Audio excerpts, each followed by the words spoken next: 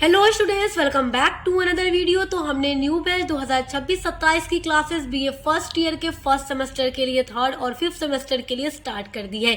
तो जिन बच्चों ने नया नया एडमिशन लिया है और बीए के फर्स्ट सेमेस्टर में है 2026 में परीक्षा देने वाले हैं, तो आज की वीडियो में पढ़ने वाले हैं हम बीए फर्स्ट सेमेस्टर के सोशियोलॉजी का यूनिट नंबर 3। सोशियोलॉजी मतलब समाज शास्त्र होता है, तो इसका यूनिट नंबर 3 पढ़ेंगे, जिसमें आपको पढ़ना है समाज शास्त्र की बुनियादी अवधारणाएं, जिसमें आपको समाज, समुदाय, संस्थाएं, संघ, सामाजिक समूह, मानव और पशु समूह के बारे में पढ़ना है। तो आज की वीडियो में हम समुदाय को पढ़ेंगे, क्योंकि पार्ट 1 की वीडियो में हमने समाज के बारे में पूरा समझकर पढ़ लिया है, समाज का अर्थ, विशेषता, इसके तत्व, इसकी परिभाषा, सब कुछ। और आज हम समुदाय के बारे में पढ़ेंगे और इस तरीके से अलग अलग पार्ट पर वीडियो अपलोड होती रहेगी, तो आप सारे टॉपिक को सर्च करके हमारे चैनल पर पढ़ते रहिएगा।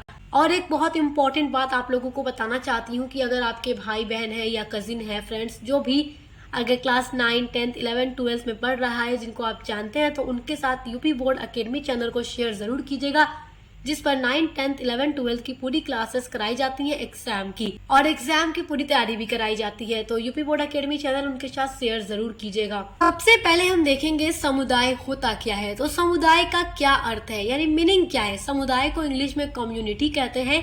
तो मीनिंग ऑफ कम्युनिटी यानी समुदाय का अर्थ। देखिए, समुदाय को लोग आमतौर पर लोगों का समूह समझते हैं, कि लोगों का जो ग्रुप होता है, समूह होता है, उसको समुदाय कहा जाता है। यद्यपि यह सही तो है कि समुदाय लोगों का समूह होता है, मतलब ये बात कहने में एकदम सही है कि समुदाय जो है लोगों का ग्रुप है, समूह है, परंतु यानी लेकिन समुदाय में कुछ ऐसी विशेषताएं भी होती हैं जिनके न होने पर मात्र व्यक्तियों के समूह को हम समुदाय नहीं कह सकते। मतलब वो तो लोगों का ग्रुप होगा, लेकिन हम ये नहीं कह सकते कि हाँ ये एक समुदाय है, क्योंकि समुदाय की अगर विशेषताएं उस समूह में नहीं है तो वो समुदाय नहीं हो सकता। वो क्या क्या विशेषताएं हैं आगे आपको पता चल जाएगी। देखिए, समुदाय जो है अंग्रेजी के 2 शब्दों से मिलकर बना है। अंग्रेजी का मतलब इंग्लिश, तो समुदाय वर्ड जो है इंग्लिश के 2 शब्दों से मिलकर बना है, कॉम प्लस म्यूनिस। कॉम का अर्थ होता है, यानी कॉम का मतलब होता है एक साथ, और म्यूनिस का अर्थ होता है सेवा करना। तो इस तरह से जो इंग्लिश का वर्ड कम्युनिटी होता है, जिसको हिंदी में समुदाय कहते हैं, उसका मतलब होता है एक साथ सेवा करना, एक साथ मिलकर हम की भावना होना, एक दूसरे की मदद करने की भावना होना और उनकी सेवा करना। जब कुछ व्यक्ति जो होते हैं समाज में रहने वाले जो लोग होते हैं, उनमें से कुछ लोग क्या करते हैं, एक साथ आते हैं, रहते हैं और अपने सामान्य उद्देश्यों को पूरा करने के लिए अपने सामान्य उद्देश्यों की पूर्ति करते हैं, पूरा करते हैं, जो भी उनके गोल हैं, उद्देश्य हैं, जिनके लिए वे संगठित होते हैं, एक ऑर्गेनाइजेशन बनाते हैं, एक कम्युनिटी बनाते हैं, तो उसे समुदाय कहा जाता है। तो देखो, समाज में जब लोग रहते हैं तो एक समुदाय बनाते हैं, कुछ लोग इकट्ठा हो जाते हैं, एक समुदाय, एक संगठन बना लेते हैं, जिसमें हम की भावना होती है। हम की भावना का मतलब एक दूसरे की हेल्प करने की भावना होती है, सेवा करने की भावना होती है, उसे समुदाय कहते हैं। बोगार्डस महोदय एक डेफिनेशन लिखते हैं। तो देखिए, बोगार्डस महोदय के अनुसार डेफिनेशन है कि समुदाय व सामाजिक समूह होता है, ये एक सोशल ग्रुप होता है जिसमें कुछ मात्रा में, यानी थोड़ी सी मात्रा में हम की भावना होती है, जो किसी निर्दिष्ट क्षेत्र में रहता हो, यानी इसके लिए एक निश्चित इलाका भी होता है, निश्चित भूभाग होता है, और वहीं पर उस समुदाय को बनाया जाता है, जिसमें कुछ लोग होते हैं, एक सोशल ग्रुप होता है और लोगों की सेवा करने की भावना उनके अंदर रहती है।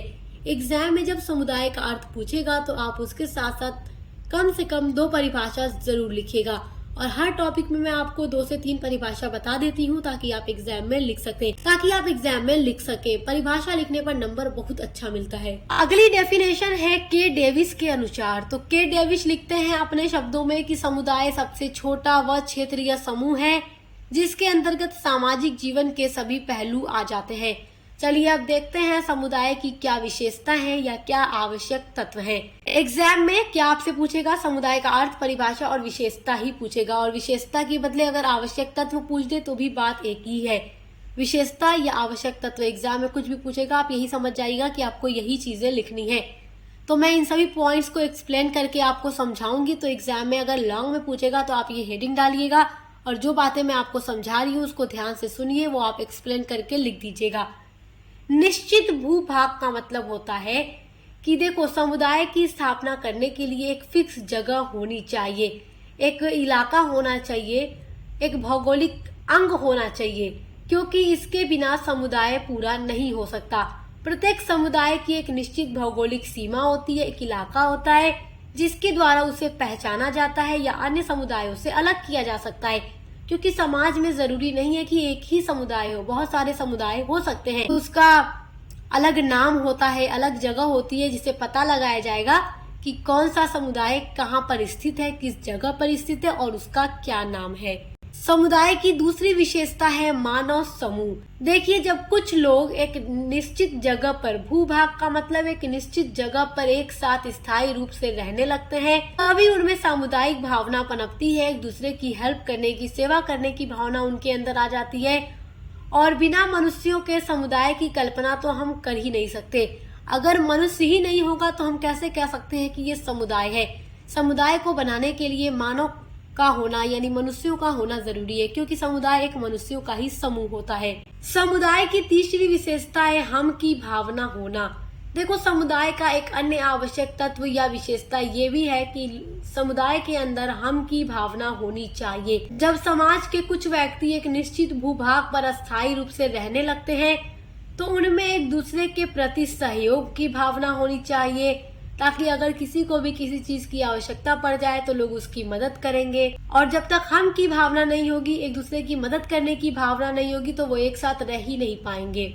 जब तक उनमें हम की भावना नहीं होगी तब तक समुदाय का विकास नहीं होगा, तब तक समुदाय वो कहा ही नहीं जा सकता। इसलिए समुदाय के अंदर हम की भावना का होना बहुत जरूरी है।